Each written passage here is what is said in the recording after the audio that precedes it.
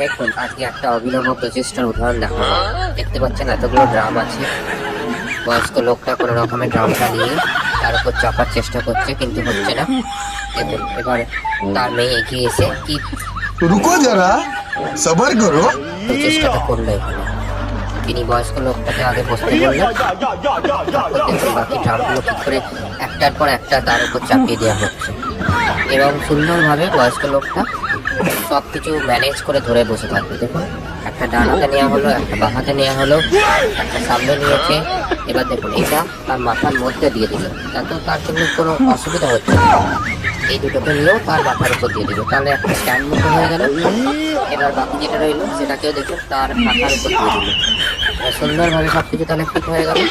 এবার দেখুন একটাও কোনো জিনিস পড়ছে না কিন্তু। शाबाश बेटा, बहुत बढ़िया।